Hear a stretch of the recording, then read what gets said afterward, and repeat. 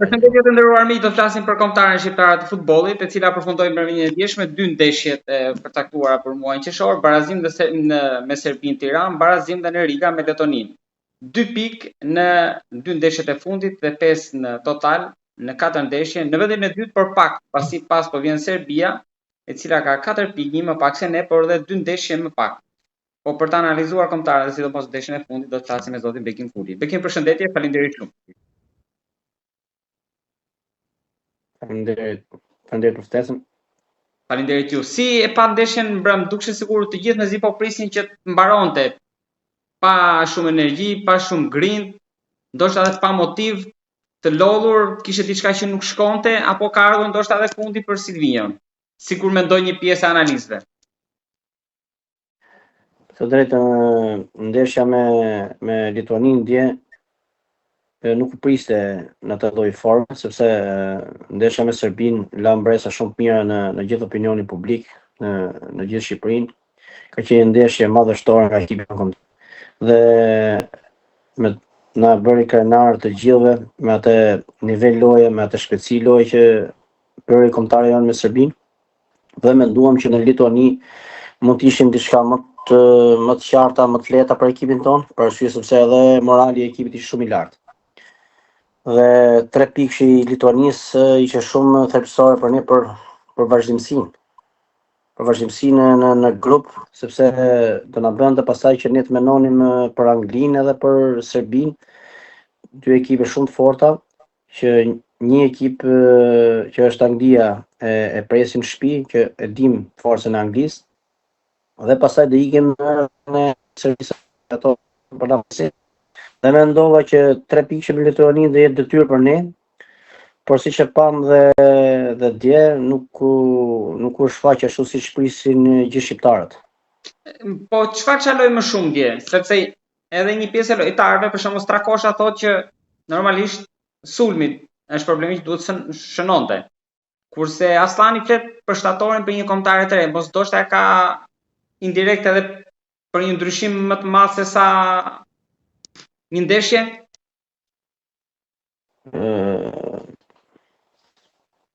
Futbolli është në harmoni të plotë. Nuk do të thotë që sulmi gjithmonë duhet shënoj, por mund të shënojnë dhe mesfushorët, mund të shënojnë dhe mbrojtësit. Dhe po ta shikoj dje golin e barazimit e buni numri 5 i Lituanisë, kapiteni i ekipit. Kështu që edhe ekipi jonë dje do të jepte më shumë në aspektin e grupit, jo në aspektin individual. Për arsye sepse ne nuk kemi lojtarë shumë individualistë edhe që marrin fatet e ekipit në dorë. Sepse nuk kemi një të tillë.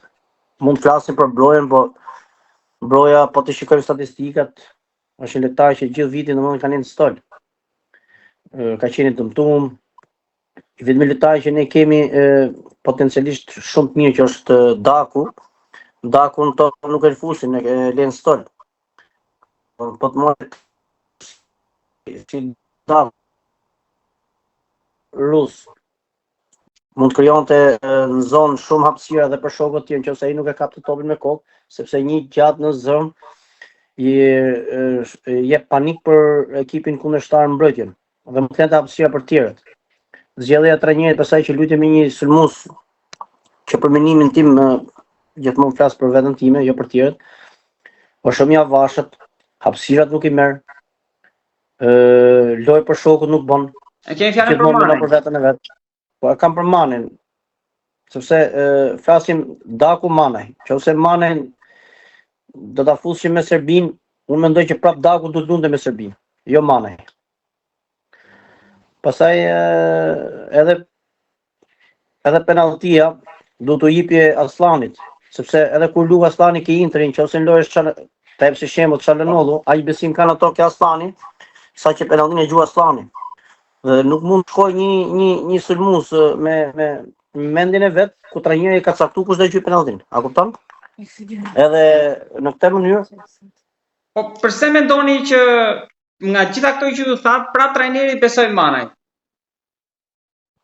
Nuk e di, më duk si kapriço e tij, një inat kundrejt të shqiptarëve që e kritikojnë ai shumë Manajin, edhe më duk i kapriço e tij që shiko, unë bëj atë që du, dhe po ta shikoj edhe dje, e zgjati shumë ndrimin e Manajit.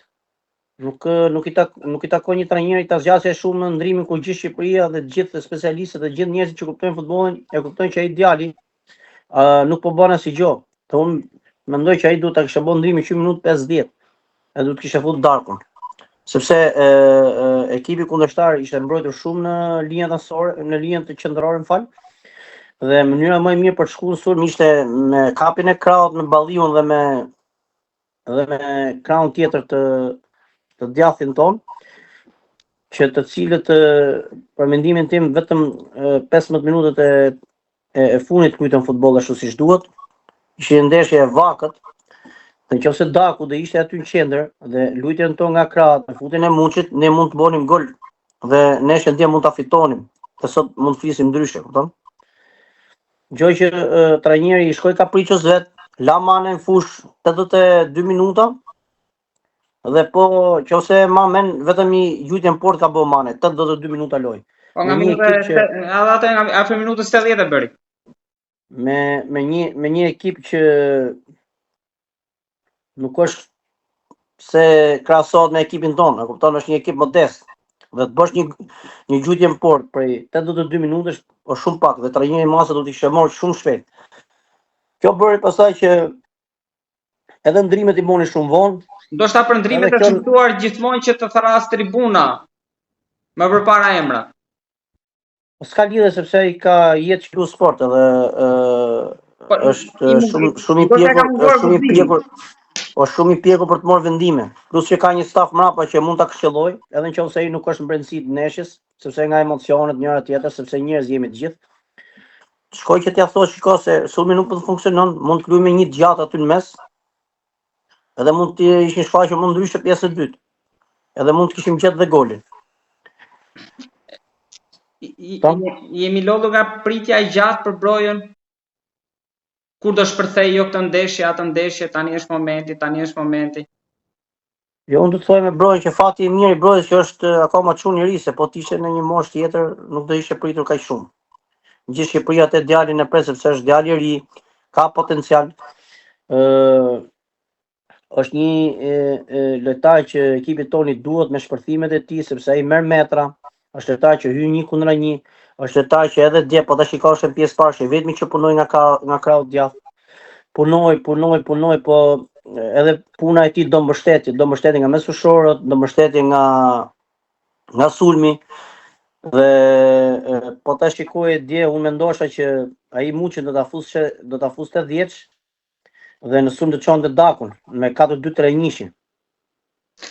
Ai prap nuk e bëri këtë gjë, shkoi të çoi Muçin nga linjat anësore, gjë që i humi shpejtësinë. Se ideali e ka shpejtësinë me topin kom, nuk është që është i shpejt në hapësirë. Ndryshojnë gjërat. Po pse mendoni që edhe Muçi nuk po gjen hapësirë formacion, sepse përveç këtyre cilësive që ju thatë, gjuan edhe nga distanca. Po nuk po gjen hapësira Muçi për arsye sepse është trajner që do t'i japi besim lojtarit. Po ta shikojmë Shehu mori besimin e trajnerit dhe gjithë Shqipëria u kënaq me atë djalin. Gjithmonë futbollisti pret besimin. Nëse aty do jepte besimi plot, unë mendoj që Muçi do bënte më mirë. Dhe sidomos ke roli vet ku ai jep më mirë, si gjys sulmuesi. Edhe unë mendoj që dyshja Daku Muçi me 4-2-3-1 ishte më efikase dje. Me krahu djath dhe Hoxha nga krahu majt. Mund të themi që na mungoi edhe lideri, domethënë mungesa e liderit unë dje, kapiteni dje për ta shtyr përpara pra Gjimshitit. Po Gjimshiti, po edhe Hysaj me atë neshje që bëni me Serbin, pse nuk mund të lunte Hysa dje 20 minuta loj, kaq e vështirë ishte. Me Hysaj ishte edhe i paradokse në moment që të gjithë kanë kritika e fut, kur bën një ndeshje shumë mirë, ndoshta një nga më të mirat kombëtare e le jashtë. Edhe kjo nuk u mor vesh. Po pranaj e thash edhe atë më përpara që edhe puna e Manet më duk si kapriço e atij. Me i tregu shqiptarëve që unë bëj atë që du. Po nga herë nuk mund të lush me emocionet e një kombi, kupton? Sepse gjithë kombi pret që ne të kualifikohemi për botror, sepse kemi shumë gjasat, se ekipi dytë më i fortë në grupin ton është Serbia. S'ka ekip tjetër më të fortë ke grupi jonë për Anglisë. Dhe me Anglinë ne do luajmë 50-50, domethënë edhe na rrafin atje, po dhe mund të rrafim në Tiranë. por me Serbinë i kemi gjithë shanset e barabarta, siç e treguam dhe neshin në Tiranë që mendimi im është që për një kapriç u hum, sepse po 3-1 po ta vendosi që dëgjonte Aslani, edhe nuk guxon lojtari tjetër ta mori topin dhe të shkojë gjy penalltin. Sepse janë gjëra bazike ato. Edhe unë sot që jam trajner, kur them unë që penalltin do ta gjyj filani dhe shkot tjetri, dihet që ai tjetri ka masën dëshkuese pastaj. Nuk mund të hyj informacion, mund të ketë edhe gjoba të tjera.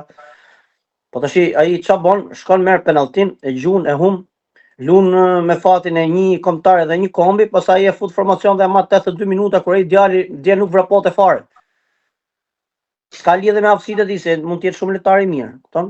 Mund të jetë shumë i mirë, mund të ketë dhënë shumë kombëtarës, nuk e heq një atë që ka dhënë. Flasim për një neshje të caktuar, që ai djali ishte i lodhur, nuk kishte kapacitet për ta marruar 90 minutin. Në mënyrën që trajneri shikon që ai nuk hap hapësira për shokët, nuk vrapon hapësira, nuk bën asnjë lloj gjëje, atëherë nuk është, edhe un kam qenë lojtar, kam qenë dobët. Ka marrë trajneri vendimin që unë dal jashtë, e kam pranuar. Sepse lojtari se herë nuk thotë që shikon nxjerr ti jashtë unë jam dobët, se nuk e pranon dot as me vetë në vetë. Është vetë trajneri që duhet të marrë këto vendime. Prandaj është trajneri aty për vendimarrje.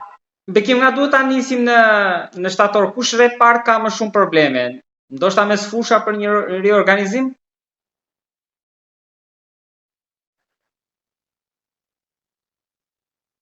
Që shkojmë më shumë sulmin përpara. Sepse po ta shikojmë mbrojtjen, ne jemi goxha mirë. E kemi edhe eksperiencë, mbrojtja eksperiencë do më shumë.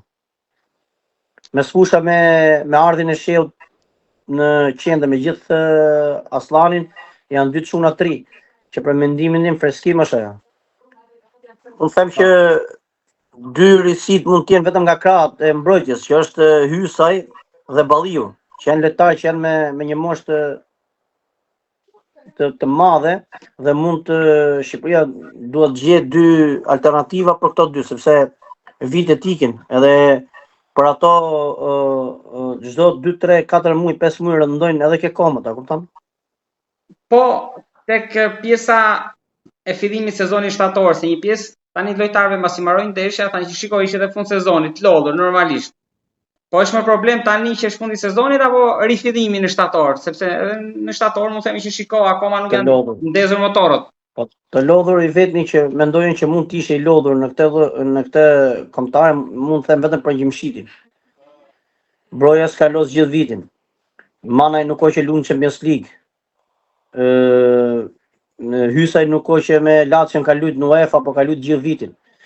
Domethënë Aslani e dim, domethënë që s'ka luajtur shumicën e neshe me Interin. Të gjithë lojtarët e kombëtarës son janë lojtarë që luajnë për kampionate respektive, por nuk kanë pas një kampionat të ngjeshur që kanë luajtur në Champions League, kanë luajtur me kombëtarën, kanë luajtur kampionat. I vetmi lojtar që mund të kishte rëndesa ke minutat mund të ishte vetëm Gjimshiti.